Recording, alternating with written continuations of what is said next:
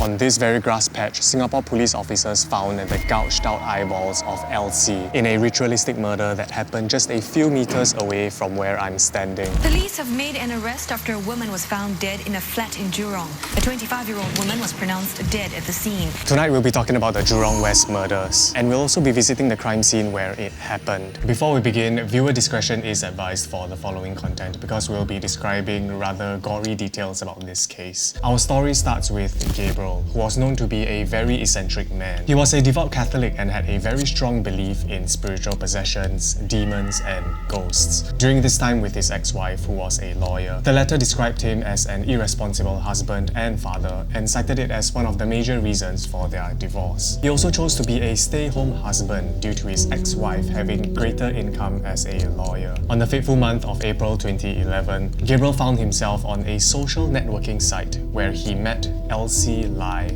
They hit it off almost immediately and soon found themselves meeting up in person for the very first time. However, many red flags already started to emerge. According to Elsie's former boyfriend, when the two met for the very first time, Gabriel had actually lied about his marital status and even lied about his age. Why would you do that on your very first meeting? Which obviously made Elsie very upset. I mean, who wouldn't, right? Imagine being lied to on your very first meeting, and that's already very sussy behavior. Like, to build the foundations of a relationship from lies is never good, and I'm strongly against these kinds of dishonest behavior. But alas, not everyone is of the same opinion as I am, and certainly not Elsie. For she continued to see Gabriel despite him lying at their very first meetup, and the relationship soon blossomed into a loving one. 1 month after the meeting, they would officially be together on the 7th of May 2011. In the following month, they would move in together to this fateful Jurong West apartment, which they also shared with 3 foreign workers.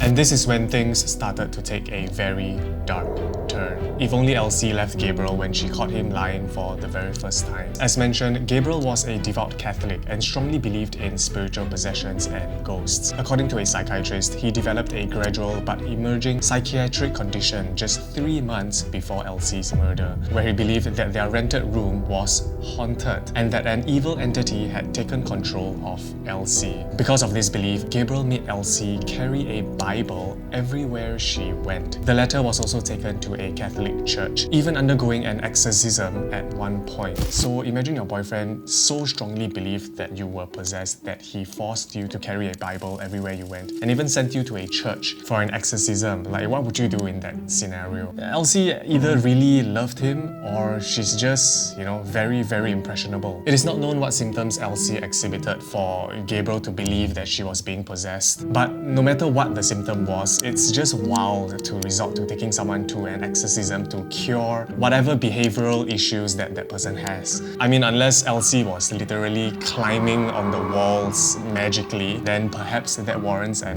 exorcism. The date is 30th March 2012, roughly 1 year after the pair first met. Gabriel and Elsie would find themselves coming back home from a romantic getaway to Genting Highlands, where Gabriel actually proposed to his girlfriend of 1 year, Elsie Lai. Who would have thought a romantic night of celebration would turn out to be Elsie's final night alive? Elsie had decided to take a shower in the kitchen bathroom. Soon after, Gabriel went in to help her. However, the couple remained in there for a long time, and according to one of the housemates, gentle groanings and grunts could be heard from inside the bathroom. What were they doing?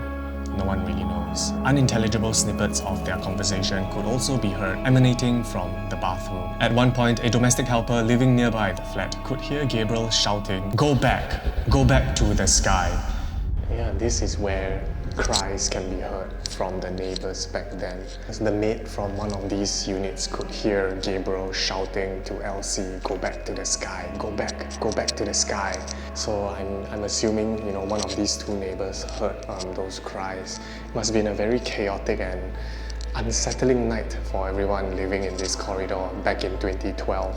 So at this point, we don't really know what the couple was doing in the bathroom and why Gabriel was shouting like that. But one can only imagine what they were doing, you know, knowing that Gabriel had a strong belief in spiritual possessions and the fact that he was shouting to Elsie, "Go back to the sky." I imagine he's doing some sort of, you know, exorcism or a ritual on her. But from testimonies, it sounded like he was performing a ritual of some sort. The flatmates later witnessed Gabriel helping Elsie out of the kitchen bathroom, where she appeared pale and physically weak.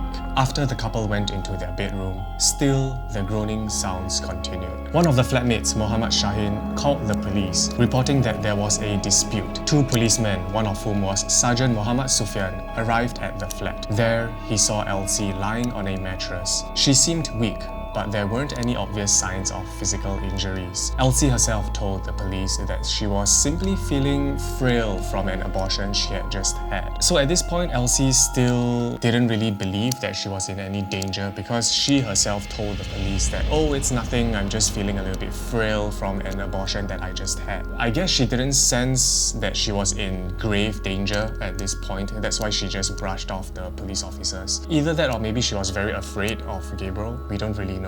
Seeing nothing awry, Sergeant Sufyan told the couple to keep the peace and the police officers left the scene. They would be one of the last few people to see Elsie alive. After the policemen left, things didn't get any better, quite the opposite actually. Throughout the night, housemates and neighbours would hear groaning, whining, wailing, and sometimes even shouting coming from Gabriel. This happened throughout the night until one moment in the early hours of the morning, everything went silent. At 6:30 AM the next morning, the housemates saw blood on the door of the couple's room. Frightened, he immediately called the main tenant, after which they called the police at about 6:40 AM. Within 10 minutes, the paramedics arrived at the flat and they were met with a bizarre scene. Gabriel was seen lying underneath the topless body of Elsie, who was covered with blood.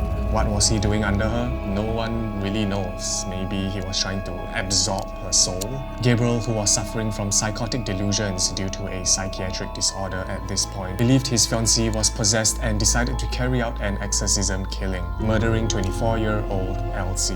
After the murder, Gabriel had tried to decapitate her using multiple tools, including a broken hammer, a can opener, a pair of pruning shears, and 2 pairs of scissors, but he failed to. Decapitating someone with a can opener. How in the hell would you even consider doing that? How? Obviously that's not gonna work, right? How do you decapitate someone with a can opener? I mean, the fact that he's using such unprofessional tools, I guess goes to show that this wasn't a premeditated attack, but a rather spontaneous one. It doesn't sound like he hatched a grand plan and devised and, you know, worked on this plan for months or weeks leading up to this murder. Because the scene was gory and blood was everywhere, so it didn't sound very prepared. The paramedics were in shock. Clearly, they did not expect to encounter such a horrifying scene. I mean, imagine walking into a gory, bloody scene of a man lying underneath a corpse. That would surely have left a lasting imprint in one's mind. Seeing that the situation was clearly unsafe, the paramedics waited for the police to arrive. During this point, Gabriel was still actively trying to amputate Elsie's right foot and also gouged out Elsie's eyes before throwing them out through the window. The reason for this action was that he believed that he would be forgiven if he offered the eyes of Elsie as a sacrifice. Bent metal spoons and forks were also found stuck in Elsie's hair. Even after the police officers arrived, Gabriel continued his ritualistic chanting, holding a yellow cross while kneeling over Elsie's body. He even defied the police orders to stand down. A small struggle ensued, but Gabriel was overpowered and outnumbered by the police. He was arrested shortly after. Imagine being one of the police officers on duty and you had to tend to this house call. Fucking sway, bro. Damn sway, man. What a bad day for work, eh? That would scar me for life. Also, I think it's worth noting that the police officers who received the first house call, Sergeant Sufyan, he was actually there at the second house call. So I wonder if he feels any sort of PTSD or maybe even guilt because he didn't, dig deeper in the very first house call because he was one of the last few people to see Elsie alive. On 23rd February 2017, nearly 5 years after the murder of Elsie Lai, her fiancé Gabriel Lee was finally brought to trial for killing her back in 2012. I'm not sure why it took almost 5 years to bring him to trial. Psychiatric tests revealed that Gabriel was suffering from a brief psychotic disorder, and the disorder was severe enough to impair Gabriel's mental responsibility at the time of the murder, although the accused was still able to know right from wrong. This prompted the reduction of Gabriel's murder charge to manslaughter on the grounds of diminished responsibility. Prosecution sought a jail term of at least 12 years, citing Gabriel brutally and prematurely extinguished the life of his fiancée and had attempted to chop off the head and ankle of Elsie and also gouged out her eyes, which left her no dignity in death. However, the defense lawyers argued for a lesser sentence between 9 to 10 years, arguing that we should not make examples of mentally disordered accused persons who commit offences as a result of their psychiatric conditions. And Gabriel was remorseful for having killed the woman he loved, quoted as saying, "No words I say will bring back my girlfriend. She was the only one who truly loved me."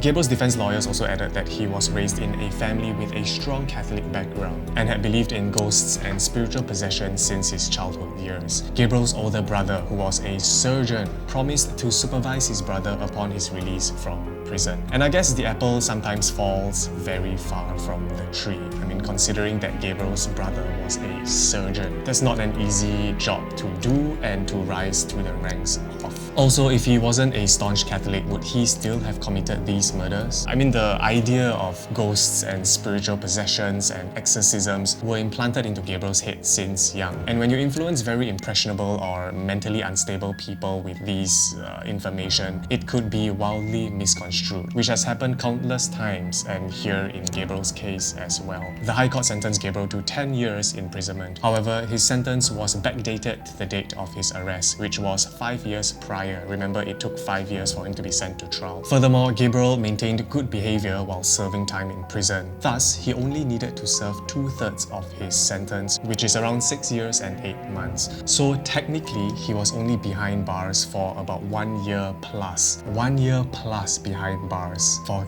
taking a life. That is insane, man. Now, obviously, a lot of people were unhappy about this, especially Elsie's family, when the unfavourable sentence was passed in court. Elsie's mother cried to the reporters, "My daughter died so horribly. 10 years for a life. It's not fair." She also lamented that bearing her daughter in such circumstances was one of the hardest things she had to go through in her life. Elsie's brother even filed a petition to extend Gabriel's sentence. It has garnered just over 1,000 signatures as of the time of this recording. So my question to you guys is, do you guys think Gabriel should be walking free? And I think Gabriel is already walking free and released from prison. Imagine you're walking in your corridor and you just see Gabriel walking past you. What would you do?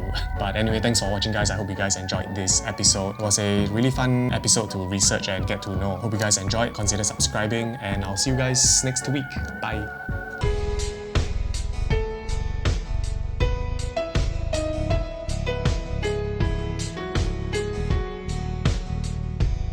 Should be out already. Yeah. Scully is still staying in that place. No, I cannot be. We bump into him.